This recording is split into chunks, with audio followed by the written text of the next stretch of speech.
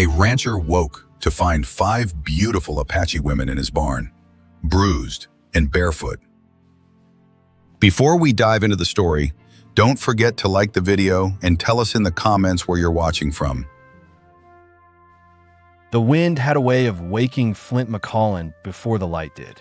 It slipped under the cabin door, carried dust through the cracks in the walls, rattled the warped window panes just enough to nudge him from sleep. His eyes opened to dark. No birds yet, no sun, just the steady breath of wind moving across the high plains outside Cold Mesa. He sat up slow, no hurry in his bones anymore, but everything hurt. The old wound in his side, the stiffness in his back, the way time weighed on his knees every morning. He reached for his shirt, draped over the chair where he left it. Canvas, faded, torn at the elbow. Pulled it on, then boots. Always the boots next. The small cabin was still just a bed, a stove, a table, and 2 chairs. One broken, the other where he ate alone every night. A lantern sat on a shelf. Flint struck a match, lit the stove, and filled the kettle from the basin. He reached for the tin cup and sipped water to rinse out the bitter taste of sleep. Flint was 45, maybe a year or 2 past that, but didn't keep track. The war had taken his youth, the fire had taken his wife, and this land had taken everything else. He didn't fight it. He didn't ask for anything back. He just lived alone, quiet day by day. He kept the ranch running, though barely. Few cattle left. Mostly chickens now, and one old mare too stubborn to die. He stepped outside, letting the door ease shut behind him. The cold hit his chest sharp. Another dry morning. The kind that came often at the edge of the mesa, where the ground cracked underfoot and nothing grew unless you fought for it. That's when he noticed it. The barn door was open. Not wide, just cracked a little. Enough for the wind to catch and rock it on its hinge. Flint stopped, stared at it. He didn't leave it like that. He stayed still for a long moment, eyes narrowing. His stomach tensed. Not fear, not exactly, but a tightening of everything, a readiness. He'd seen men move fast when they didn't need to. That never helped. So he didn't. He took a step off the porch, then another. No noise except the wind and the scrape of his boots on packed earth. He didn't go for his shotgun. Not yet. It was inside, leaning behind the door like always, but he didn't feel a threat. Not the kind that moved loud. This felt different, quieter. He reached the barn and put his hand flat against the wood, felt the cold, rough grain of it, then pushed the door open just enough to see inside. He froze. There in the straw and shadows were 5 figures. Girls, women, all native, Apache by their dress and bone structure. Bruised, barefoot, shivering despite the hay. They looked up but didn't rise. The oldest one sat upright, legs folded beneath her, arms around the others like she was holding them in place. Her face was bruised, lip cracked, one eye swollen. She met his gaze directly. Flint's pulse picked up. His chest felt tight, like something pressed against it from the inside. He'd seen pain before, up close, in men on the battlefield. In his wife's face the night the house caught fire. But this was different. This wasn't fresh blood and panic. This was the after. This was what survived when nobody came to help. He didn't say anything. One of the younger girls stirred, drawing a blanket tighter around her shoulders, but none of them moved to stand. None asked for anything. No cries, no begging. Just 5 silent bodies in the hay, clinging to each other like they'd stopped expecting anyone to care. Flint took a slow step back. He didn't ask where they came from, didn't ask who hurt them. There were questions a man didn't need answers to in the moment. First came food, warmth, space. He let the barn door close and walked back to the house. His thoughts ran quiet but fast. They'd come in the night, on foot, most likely, injured, exhausted. They had nowhere else to go. He knew what that felt like. Not the same kind of hurt, but close enough. Grief had driven him into silence. He didn't know what had driven them, but it had left bruises. Inside, he cut bread, opened a jar of beans, set dried meat and apples on a tray, filled the kettle again, took down the extra blanket from a nail on the wall. He hesitated before he left the cabin. His hands paused over the shotgun. Still didn't take it.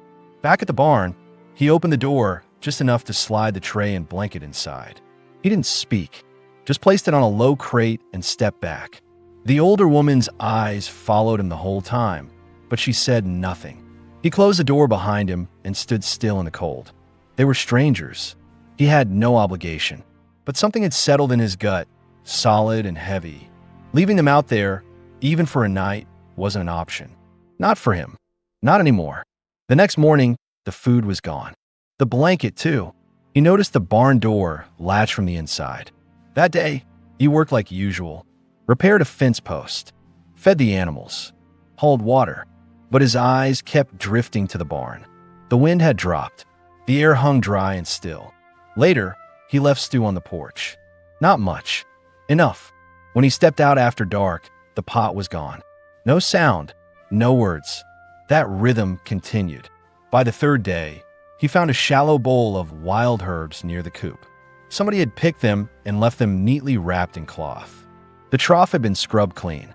The chickens fed before he got there. They were helping, quietly, without thanks, without permission. But it was clear, they meant no harm. They were surviving, together.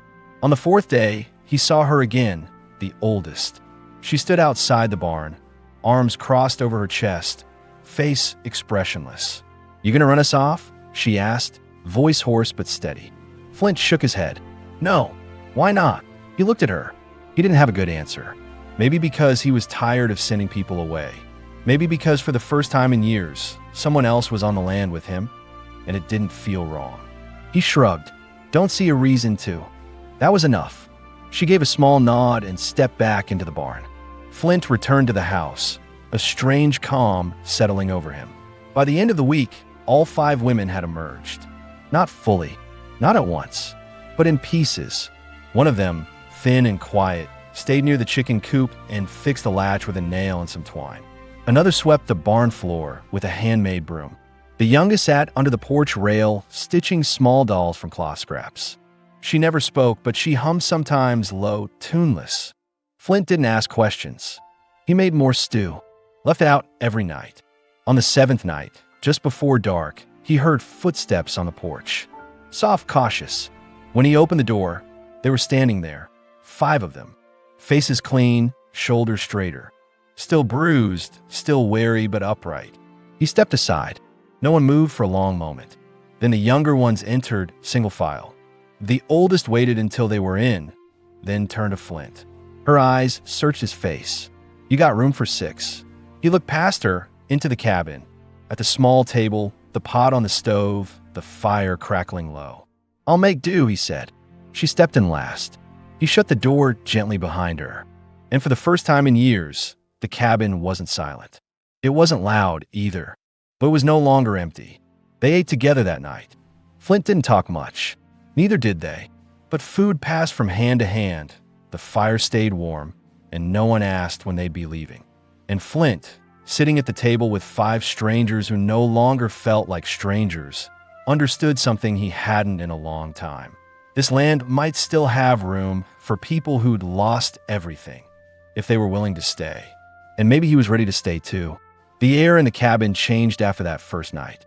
Not all at once, but something subtle shifted, like the weight of silence eased just enough for breathing to feel different. Flint McCollin woke early, as he always did, but now the fire had already been stoked. Someone had gone out before him, collected kindling, even stirred the embers back to life. The kettle steamed on the stove. The cabin smelled faintly of sage. He stood by the window, cup in hand, watching the morning light creep over the mesa. There were still no questions, no names exchanged, but presence meant something here. The 5 women didn't cling to him, didn't intrude. They moved through the day with the kind of discipline that came from hardship, silent, efficient, watchful. They weren't visitors. They weren't guests. They were survivors, same as him. By mid-morning, Flint stepped out and found the youngest girl. Wren, he would soon learn, kneeling beside the well with a tin bowl. She was cleaning potatoes, her small hands red from the cold water, mouth pressed into a line. She didn't flinch when he approached. She didn't speak either, just kept working. He crouched near her without a word and watched. Her fingers were quick, precise, too practiced for a child. Flint felt something turn in his gut, a kind of quiet anger, Not at her, but at whatever had made her grow up too fast. "You cold?" he asked finally, voice low. She looked up, surprised he'd spoken. Then she gave the smallest shake of her head. He nodded and left her there, but later, a thicker shawl was left folded on the porch rail. She didn't say thank you. He didn't expect it. That afternoon, the older woman came to him. She stood by the fence where he was patching a broken rail. He saw her shadow before her voice. "We'll work," she said. He straightened up slowly. His back ached. He wiped his hands on his pants. "I know." She didn't move. "You're wondering if we'll leave," she said after a beat. "We won't. Not unless we have to." Flint looked her over. The bruises on her face had darkened. One arm was wrapped with cloth, tight at the elbow. He'd seen wounds like that, strain, maybe a break. But she didn't favor it. "What's your name?" he asked. "Ayanna." He gave a small nod. Flint, she seemed to already know. Maybe Wren had told her. Or maybe she'd seen it burned into the saddle on the old mare's back. She stepped forward and ran her fingers along the top of the fence rail. "We'll stay out of your way." Flint shook his head. "Don't want that." Ayanna's eyes narrowed. Not suspicious, just puzzled. "This place is too quiet on its own," he added. She held his gaze for a moment longer, then nodded once and walked away. As the sun climbed, the women split into their own rhythm. Sani, with her loose braid and quiet smile, took to the far patch near the fence, clearing brush and gathering bits of wildflower. Tallulah, the smallest, moved barefoot between the barn and coop, fixing hinges and scraping out the trough with a flat rock. Mika worked with her dominant hand only, her other still wrapped in cloth from a break or fracture that had never healed right. But she moved with focus, repairing the chicken wire and sorting nails from a tin flint had long forgotten. Each one kept close to the others, but moved with independence. They didn't hover. They didn't expect anything. And that unsettled Flint more than if they had. They weren't acting like people who'd been rescued. They were acting like people who weren't sure what it meant to be safe. He kept thinking about that. That evening, as dusk painted the cliffs in orange and rust, Flint pulled a second bench onto the porch. The cabin had only one, but he hauled another from the barn, scratched and uneven, but steady. He didn't say why, just set it there, in case someone wanted to sit. When he went back inside, the stew pot was already full. Someone had taken the last of the beans and dried meat and stirred it together without being asked. Bread was warm, the fire strong. The 5 women gathered slowly, one by one, taking their places around the table without speaking. Flint watched them for a long time before he joined. Wren sat closest to the hearth. Mika took the spot nearest the door. Ayanna sat across from him. Midway through the meal, Flint set his spoon down. "Where are you from?" he asked. The question hung in the air. Ayanna met his gaze. The others froze, listening. "South," she said. "Beyond the cliffs. A place no one names anymore." He nodded. It was enough. He didn't press about how they got here. But a few things were clear now. They hadn't just wandered. They were running from something.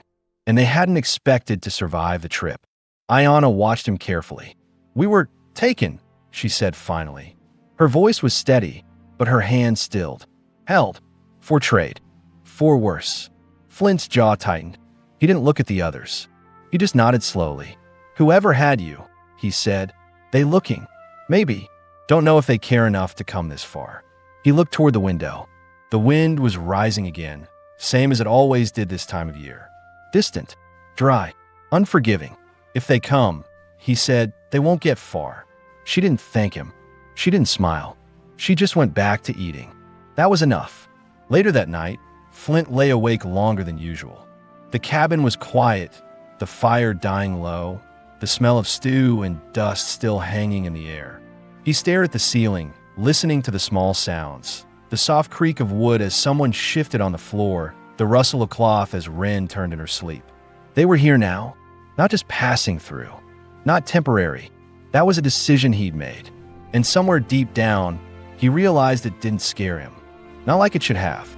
For years he'd lived alone, because being alone meant nothing could be taken from him again. But that morning, seeing Wren's hands in the water, hearing Ayanna speak without fear, watching them work the land like it was already theirs, he knew something had started. And it wasn't going to end the way things usually did around Cold Mesa. Not this time. The following days passed in slow shifts, the kind Flint hadn't felt in years. Not since before the fire, before the war, before everything in his life turned into silence and scorched wood and empty days. The land didn't change, but the ranch began to feel different. There were still only a few words spoken each day, but the work got done faster. The barn didn't creak the same anymore. The kitchen smelled like food again. In the morning, Flint walked the fence line with Ayanna. Not together, but close enough to hear each other's boots. She didn't speak unless necessary. That suited him fine. He watched her sometimes when she thought he wasn't looking. How her eyes scanned the horizon more than the ground. How she always carried a length of rope coiled around her shoulder like it was a habit she couldn't break. She didn't ask for tools. She just used what she found. Sonny had started marking small lines in the dirt beside the coop, rows of tiny seeds she never explained. She planted them without permission. Flint didn't stop her. He'd always figured the soil was too poor to grow anything.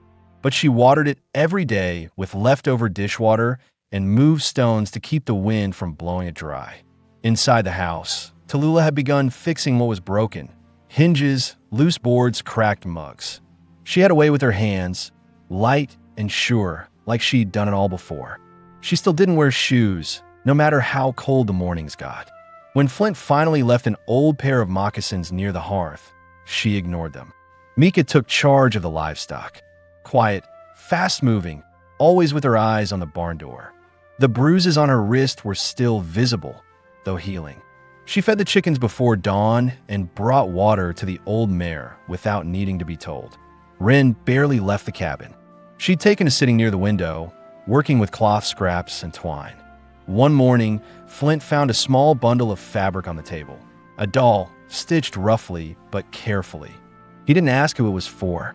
That afternoon, Ayanna caught him outside, tightening the latch on the tool shed. She didn't come close. Just stood a few feet back, arms crossed. "You don't ask much," she said. Flint kept working. "Would you answer if I did?" She gave a short breath through her nose. "Maybe. Depends on the question." He looked up. "You the oldest?" "Yeah." He nodded slowly. "You pulled them out yourself?" "I did." He didn't ask how. The look in her eyes made it clear it wasn't clean or simple. It had taken everything she had. She glanced toward the cabin. They were going to be split up, traded, one at a time. Her jaw tightened. "I had to get them out." Flint didn't say anything. He didn't need to. She kept speaking, voice low but steady. "Some white men, some half-drunk traders. One of them used to work for the cavalry near Fort Ellison. They think Apache girls ain't human. Just something to pass around and toss aside." Flint's grip on the wrench tightened, jaw clenched hard enough it ached. "You ever see a girl dragged by her braids from a wagon?" Ayanna asked, her voice sharper now. "You ever watch men laugh?" while she begged. He nodded, slow and heavy. "Yeah." She stared at him a moment longer. "Then you know why we're not going back." "I wouldn't let you." She stepped back, something in her face easing, just a little. "You ain't like most." Flint shook his head. "Not anymore." That night, he went to the storage shed behind the barn. It had been years since he touched the pile at the back. Wooden boxes, canvas tarps, some things from the fire that he couldn't bring himself to burn or throw out. He found what he was looking for: a spare rifle, half-rusted, wrapped in oilcloth. He cleaned it until his fingers ached. Then another. He didn't tell the women. But the next day, the rifles were leaned by the door, oiled, loaded, ready, just in case. The next morning, Sonny came to him while he was shoveling grain into the trough. She waited until he was done, then stepped closer. "You think they'll come?" He didn't lie. "If they do, it won't be for kindness." She nodded. "Then we'll be ready." There was no panic in her voice, just fact, like she'd already accepted that staying safe meant preparing for the worst. Flint thought back to his time in the war, how women and children were always the ones left to bury the dead after the men with guns moved through. These women weren't waiting to be protected. They were preparing to fight if they had to. That night, the porch felt different. Ayanna sat on the top step, Mika beside her, knife in hand, sharpening an old stick. Sonny knelt by the fence post, watching the horizon. Tallulah cleaned an old bucket with sand. Wren stayed inside, humming soft to herself as she stitched. Flint stood in the doorway and watched them, not as a stranger, not as someone apart, but as someone quietly falling into step with them. These women weren't fragile. They weren't saved. They had saved themselves. All Flint had done was leave the door open. But that door mattered. And now, he understood. This ranch wasn't just his anymore. It belonged to all of them. And whatever was coming, they'd meet it together. Flint woke before the first crack of light. Not because of the wind or the cold, but because something didn't feel right. It wasn't sound.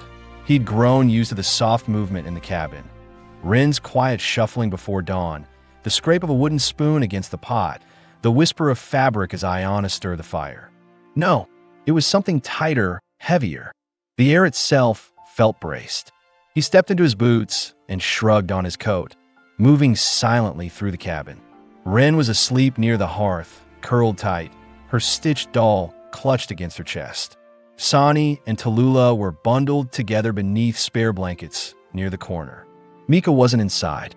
The front door creaked as he eased it open. The wind had died down, and the land was frozen in that cold silence before sunrise. In the yard, the sky glowed faint gray and blue. A figure stood near the barn, facing away. It was Ayanna. She was still. Flint approached without speaking, watching the rigid line of her shoulders, the way her arms were crossed tight over her chest. Her hair was unbraided, loose, and heavy down her back. "Something wrong?" he asked quietly. She didn't turn. Horse prints. Fresh. Coming from a ridge. Flint looked past her. In the pale dirt, hoof marks curved in from the southeast trail. Deep. Not ranch horses. Too narrow. Too sharp. Ridden hard. Recently. He crouched beside them, touching the edge of the print with his fingers. The soil was still cool, but the edges hadn't settled yet. "More than one," she said. "Two, maybe three." He stood and nodded. "You tell the others?" She shook her head. Didn't want to scare them. "They'll need to know." She turned in, finally looking at him. There was no fear in her eyes, just readiness. And something else too. Expectation. "You think it's them?" she asked. Flint didn't answer right away. He watched the horizon. There was no movement yet, just the stillness before something arrived. "They'll come quiet if it is." She nodded again. "Then we stay louder." They didn't run, didn't prepare to leave. Instead, the women gathered just after breakfast. Flint told them about the tracks. No panic, no shouting, just clear word around the table while steam rose from the chipped mugs and fire cracked behind them. "We don't know for sure," he said. "Could be travelers. Could be worse." "We're not going," Ayanna added. "Not again." The others agreed without hesitation. Even Wren, silent as she was, stood up and moved to Mika's side. That day became different. Tallulah took to the barn, boarding up the side window and reinforcing the latch with a rusted iron rod. She didn't stop for meals. Her hands were covered in dust and splinters by noon. Flint caught her limping once, her bare feet bruised, but she ignored it. Mika strung a length of wire along the gate, tying it to old nails buried in the fence post.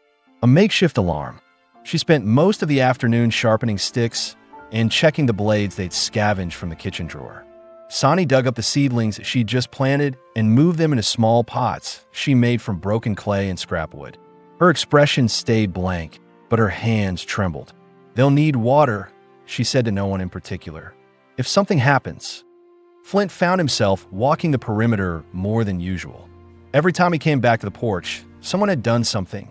Swept the steps, stacked kindling, stitched another blanket. Nothing said aloud, just movement, purpose.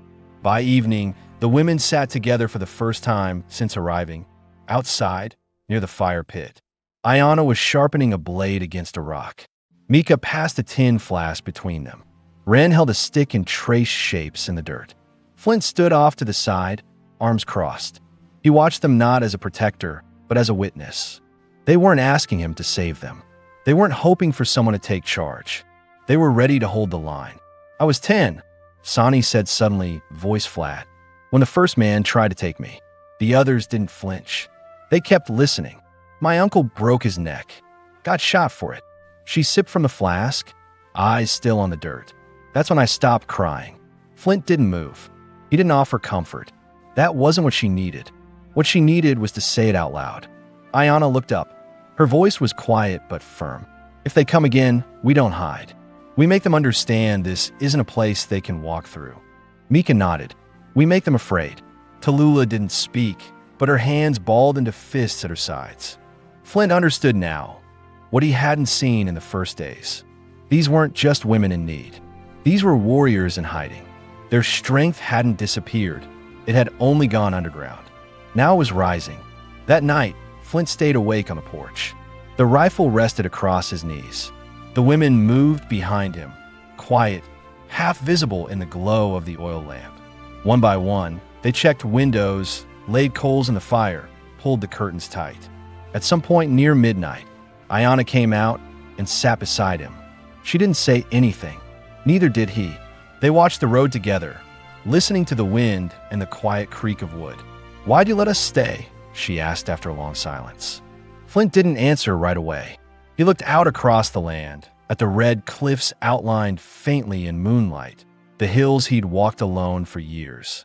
"Because I know what it feels like," he said finally, "to have no one come." She turned toward him, studying him. And I don't want to be that man anymore." She sat with that for a long time. Then she reached down, picked up the second rifle he'd left beside the bench, and rested it across her lap. Together, they waited for dawn, not with fear, but with purpose. This wasn't just Flint's land anymore, and no one would take it from them without a fight. The next morning arrived slow and gray, with a sky heavy enough to press down on the mesa. A low fog clung to the ridge, muffling sound, making everything feel closer than it should have. Flint hadn't slept. Neither had Ayanna. She was still seated beside him on the porch when the first crows stirred from the trees behind the barn. Inside the cabin, the others began to move. Flint heard Wren's soft steps first, the shuffle of Tallulah unfolding a blanket, then the clatter of a kettle on the stove. The air filled with the familiar scent of boiled coffee and smoke-damp wool. Nothing was said. That had become the way of things. They all knew what might come. They just didn't speak it aloud. By mid-morning, the fog had begun to lift. Flint walked the ridge behind the barn, scanning the distance with a pair of field glasses he'd dug out of a trunk he hadn't opened since the war. He saw nothing, but the stillness worried him more than the idea of movement. The hoofprints were still there, half filled with windblown grit. Fresh, real. No one had imagined them. Back at the cabin, Mika and Tallulah were reinforcing the back window with broken fence slats and strips of rawhide. Wren sat in the corner, threading needles with horsehair. Flint watched her hands, delicate, fast, too experienced for someone that young. It made something in his chest tighten. She still hadn't spoken since arriving. He stepped inside. The room went quiet for a moment. "You all right?" he asked her. Wren didn't lift her head. She kept stitching. Her voice, when it came, was soft, nearly a whisper. "If they come back, will you give us up?" Flint blinked. The words hit like a slap he hadn't braced for. "No," he said.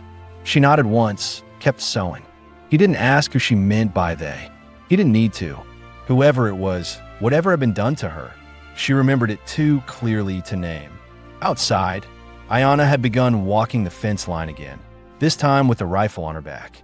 Sonny followed her a few paces behind, collecting small rocks and stacking them in a pouch at her hip. When Flint joined them, Ayanna glanced over her shoulder. "Still nothing," he said. She nodded. "They'll wait until they think we're soft again." Flint squinted into the horizon. "You think they saw you? We ran fast, but we didn't hide well." Flint didn't like that. If men were out there looking, if they'd marked the ranch, then it was only a matter of time. That evening, he pulled out the old mare and rode to the edge of the main trail where it met the eastern slope. Just before the bend, he placed a narrow metal pan upside down, partially buried in gravel. He tied an empty bottle next to it with wire, a makeshift signal.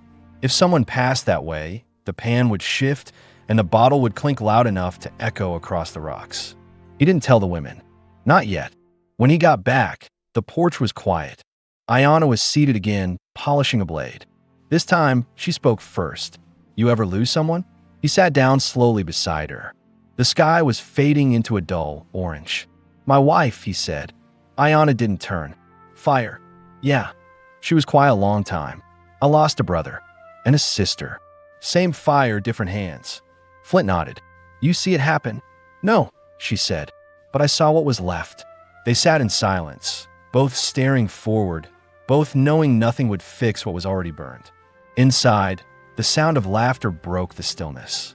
Tallulah had dropped something, probably a pan, and Mika muttered something sharp in response. Sonny laughed once, short and real. Flint glanced toward the door. You know, Ayana said, they didn't laugh like that before. He didn't answer. He just watched the light in the window and realized she was right. Later that night, after the fire was low and the wind had quieted, Flint stood watch again. He thought about the things he still didn't know. Why Ayana had scars beneath her collarbone. Where Mika had learned to gut a chicken in less than 30 seconds. How Sonny always knew where to find wild garlic. What name Ren had before it was stolen from her. He thought about the things they'd never tell him. And he knew, without needing to hear it, that if danger came, they would fight. Not because they trusted him, but because they had each other. He was just part of it now. Part of something that didn't need to be said. Around midnight, the bottle clinked. Barely audible, but enough. He stood fast, rifle in hand, eyes on the trail. Someone was coming. He didn't wake the others. Not yet. He just stood there in the dark, steady, silent, watching the edge of the land he called home. And now, so did they. And if someone meant to take that away, they'd have to go through him first. The sound had been faint, barely more than a clink in the wind.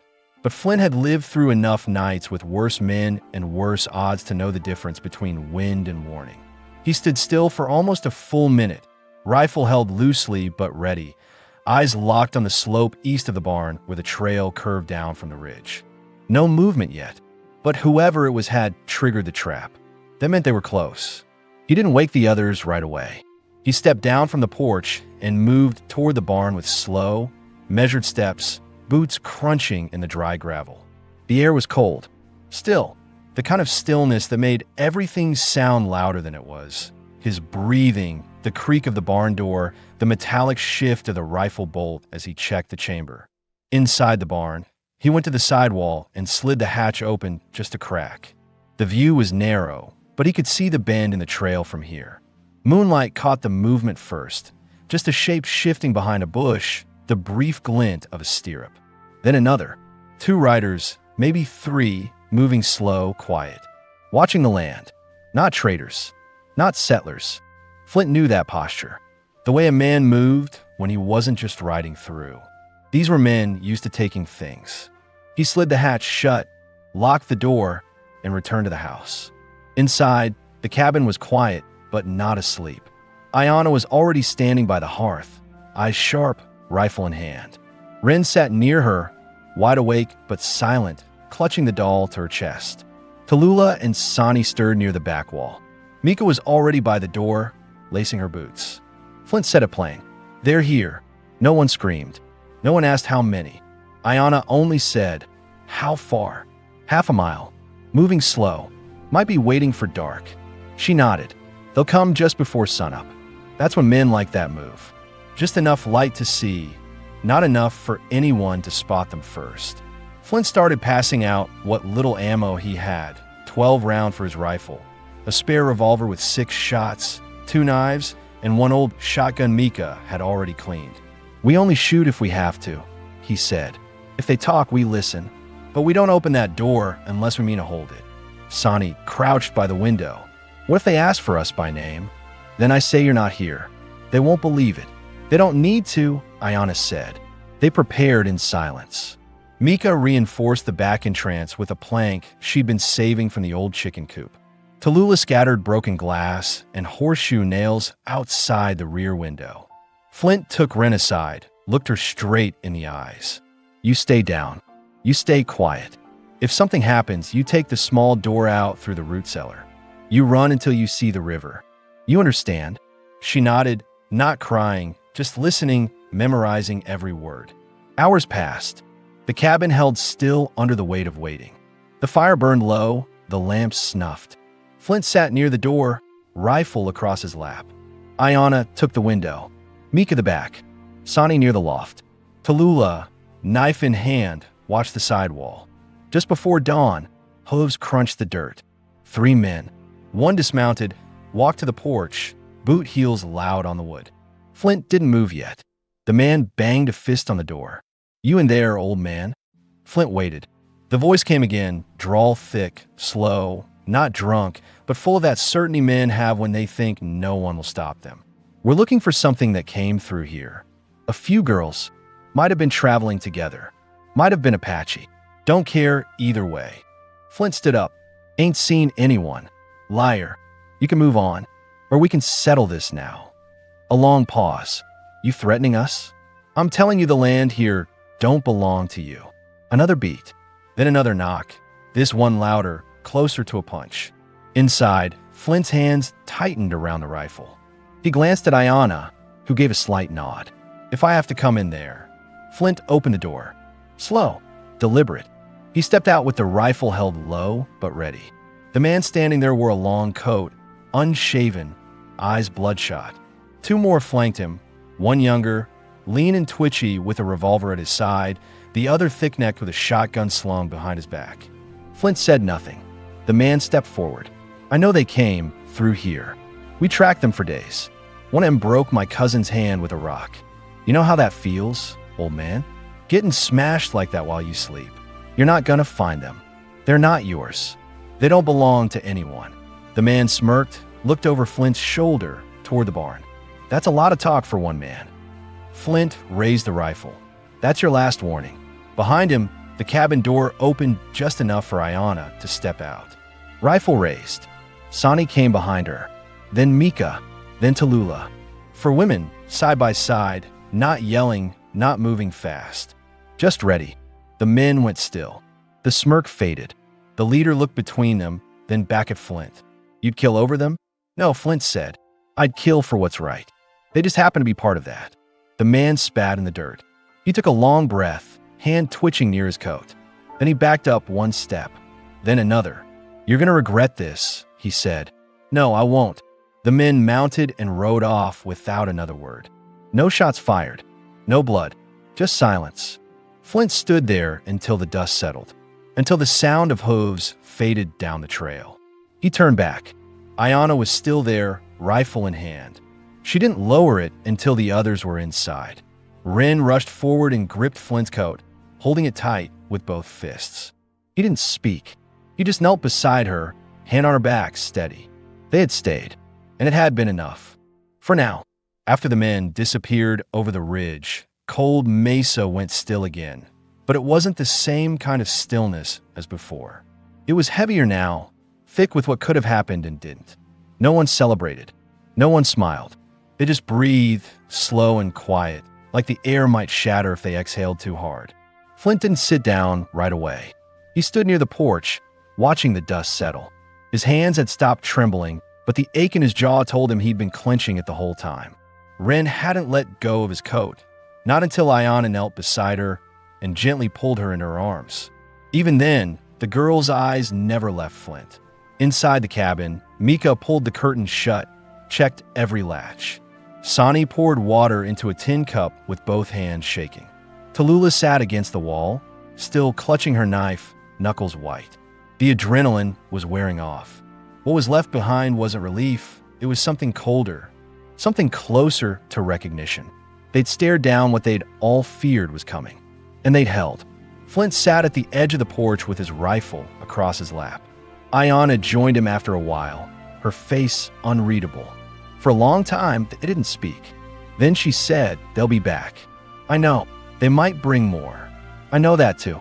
She leaned back against the post and looked out at the trail, now empty, quiet. "Do you regret it?" she asked. Flint didn't answer right away. He looked down at the dirt beneath his boots, then at the worn ridges in the rifle stock. "I've made a lot of decisions I regret," he said. "This ain't one of them." She nodded slowly. "Neither is staying." Later that afternoon, while Flint repaired the fence near the east trail, Wren brought him a cloth with a biscuit folded inside.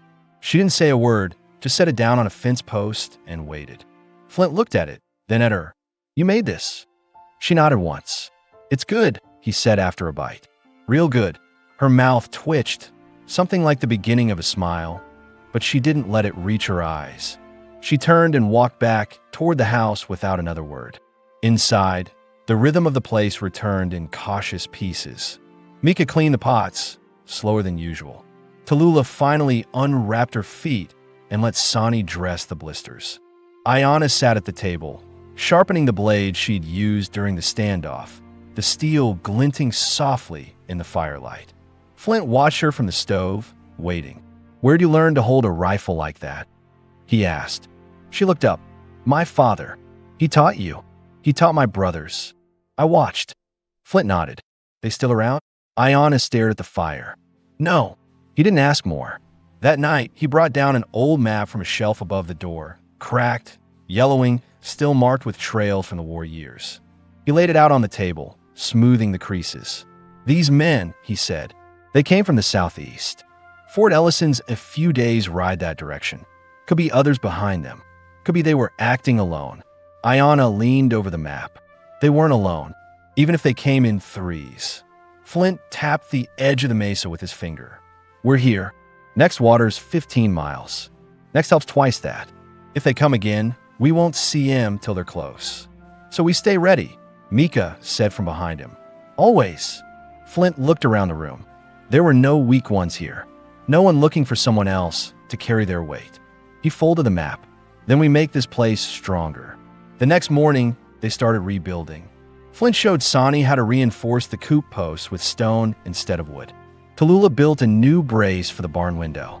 Mika and Ayanna hauled water and filled every barrel, every trough. Flint spent hours digging out the root cellar's back tunnel, clearing it in case they ever had to hide Wren or escape fast. He noticed small things changing. Wren began humming again. Sonny braided her hair before chores. Tallulah started wearing the moccasins he'd left for her weeks ago. One evening, Flint walked out to the west field and found Ayanna standing there, alone, hands in her pockets, watching the sun fall behind the cliffs. She didn't turn as he approached. "You built something here," she said. He shrugged. "Wasn't much of anything before you came." "It's not just the house," she said. "It's the way it feels, like it matters again." Flint stood beside her, looking out over the land. "It does." She looked at him, her voice quieter now. "We've all been places where we weren't supposed to survive." He nodded. "Same. You lost everything too?"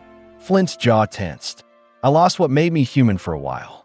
Ayanna didn't speak after that, but she didn't walk away either. They stood there until the sky turned dark, and the only sound left was the wind through the grass. Back at the cabin, Wren was asleep by the fire, her doll tucked under her arm. Tallulah was already snoring. Mika had set the traps near the barn again, this time double-latched. Sonny left a tin of dried flowers on the table, no explanation. Just something to make the place smell better. Flint sat down by the hearth. Ayanna sat across from him. Neither said goodnight. Neither needed to. The danger wasn't gone, but something deeper had settled in its place. Something stronger than fear. It was the beginning of home, not the one you're born into. The kind you choose. The days after the standoff didn't pass quietly. They passed with purpose. The threat had changed them, not by breaking them, but by clarifying what they already knew. This ranch was no longer a stop on the way to somewhere else. It was a line in the dirt, a place to make a stand, a place worth protecting. By the end of the week, the fences had been reinforced. Ayanna and Flint cleared brush near the ridge where riders could approach unseen. Mika replaced the hinges on the barn doors. Sonny patched the roof seam with boiled tar. Tallulah took to trapping, small snares hidden just off the trail for rabbits. Even Wren, who still barely spoke, began feeding the chickens on her own each morning, checking each one for signs of illness like she'd been doing it her whole life. But with safety returning in fragments, other things started to stir too. Questions long pushed down, glances held just a bit longer, silences that stretched in new ways. Flint noticed it in small things. How Ayanna lingered near the porch after chores were done. How she poured his coffee in the morning without asking, and he poured hers at night. They still didn't speak more than needed. But the weight of their silences had shifted, less about defense, more about understanding. One night, After Rin had gone to bed and the others were scattered in their own corners of rest, Ionis sat by the fire, sharpening a blade, same as always. Flint sat across from her, working a worn rag along the barrel of his rifle. The room was dim. The air was warm. Without looking up, Ionis spoke. "You think they'll ever come back?" Flint ran the rag one more time before answering. "Men like that don't like losing. Maybe they wait. Maybe they forget." "You don't think they'll forget?" "No." She nodded. Her hands were steady. "Then we stay ready." Flint looked up. "You ever think of leaving? Going somewhere new?" Ionis set the knife down. Her eyes met his steady. "We've been running a long time. This is the first place that didn't want something from us." She paused. "And the first place I've ever thought of staying." Flint didn't respond right away. He didn't trust words with too much weight. But he felt something in his chest shift, a kind of slow permission, like a gate swinging open after years of being locked shut. That same night, long after the fire had died down, a question lingered in Flint's mind, one that had been sitting there since the day they'd appeared in his barn. "Why here?" he asked. "Why this ranch? There's other places closer to the trails." Iona was quiet for a long moment. Then she answered, "We weren't heading for here. We were heading for water." Ren remembered seeing this place once. Said a man lived alone. Said he didn't shoot at her. Flint blinked. She was here before. She came through with her mother 2 years ago. They begged for bread. You left some on a crate by the porch and went back inside. Said nothing. He remembered. Not the girl. She was smaller then, but the scene. 2 figures, gaunt and silent. He hadn't asked their names. Just left food and kept the door shut. Back then, it hadn't felt like kindness. It had felt like cowardice. She never forgot that, Iona said. When things got bad, she said we should find that place again. Flint leaned back in his chair. The fire cracked low. He didn't know what to say. You didn't save her, Iona added, but you didn't make it worse. Sometimes, that's enough to matter. It settled something in him. The next day, the work continued. Iona started clearing a patch of earth near the side of the barn, measuring it by hand, pacing the shape. When Flint asked what she was doing, she said, a proper garden, not just wildflowers. Sonny helped, of course. She'd already begun marking rows with twine. Flint hauled buckets of water from the well. Even Wren came out, carrying small stones to line the edge. It was the first time she stayed outside past dusk. Tallulah began writing in an old ledger she found in the cabinet. At first, Flint thought she was just scribbling, but then he realized she was documenting everything: weather, animal births, fence repairs, where the traps were set. A record of this place, as if it would go on. One evening, as they all sat on the porch sharing cornbread and coffee, Flint felt something settle deep in his bones. There was laughter, soft, real. Mika had told a story about a trader falling off his mule, and Sonny had nearly spit her drink. Iona sat next to him, legs stretched out, mug in hand. You know, she said, this might be the first time in my life no one's waiting to take something from me. Flint looked at her, then out across the land. No one's going to, he said. Her fingers brushed his hand, barely, like testing the edge of a thing that might vanish if touched too hard. But he didn't pull away. And for once, neither did she. They didn't speak the word for what it was. But it was there. It was beginning. Not loud. Not fast. Not dramatic. Just present. Alive. And enough. By late summer, the ranch no longer resembled the place Flint had known for years. It hadn't grown in size, just in weight. Every board nailed, every fence mended, every path worn into the dirt now held meaning. The women had stayed. Not out of fear, not for lack of options, but because they had chosen to. That mattered more than anything Flint had ever built with his own 2 hands. The garden behind the barn had taken shape. Rows of corn, beans, herbs, even a few wild squashes growing in clay pots lined with stone. Sonny kept a ledger of what had sprouted and what hadn't, cross-referenced with dates, sun hours, and temperature. Tallulah constructed a windbreak from old barrels and wagon canvas. Wren painted symbols on the stones that lined the edge of each row. Simple marks, half memories from a language none of them fully remembered. Mika fashioned a scarecrow from scrap wood and one of Flint's ruined jackets. They didn't speak of danger anymore. Not because it had vanished, but but because it had stopped ruling them. The three men from the ridge never returned. Flint checked the traps on the trail every few days out of habit, not fear. Each time, he came back with nothing to report and a little more quiet in his shoulders. That quiet had become something like peace. One morning, while sharpening tools near the shed, Flint saw Wren walking toward him, slow, careful, but without hesitation. She held something wrapped in cloth. When she reached him, she unwrapped it and held it out with both hands. A small leather pouch. Flint looked at her. "What's this?" She didn't speak, just nodded toward the pouch. He opened it. Inside was a braided cord, twisted from horsehair, red thread, and bits of blue cloth. A token, a thank you, a promise. Wren looked up at him, eyes steady. "So you don't forget we stayed." It was the first full sentence she'd spoken to him. He cleared his throat, unsure what to do with the sudden tightness in his chest. "I won't." She handed it over, then turned and walked back to the cabin, shoulders a little straighter. That evening, as dusk settled across the mesa and the fire in the hearth crackled low, Flint and Ayanna sat side by side on the porch bench. The air was warm, the sky clear, stars beginning to show above the ridge. The others were inside, Tallulah humming as she swept the floor, Mika writing in the ledger, Wren curled up with her stitched cloth dolls, and Sonny kneeling by the fire, drying herbs. Ayanna held a cup of warm cider in her hands. She was quiet for a long time. Then, without turning to him, she asked, "Would it bother you if we never left?" Flint didn't answer right away. He looked out over the land.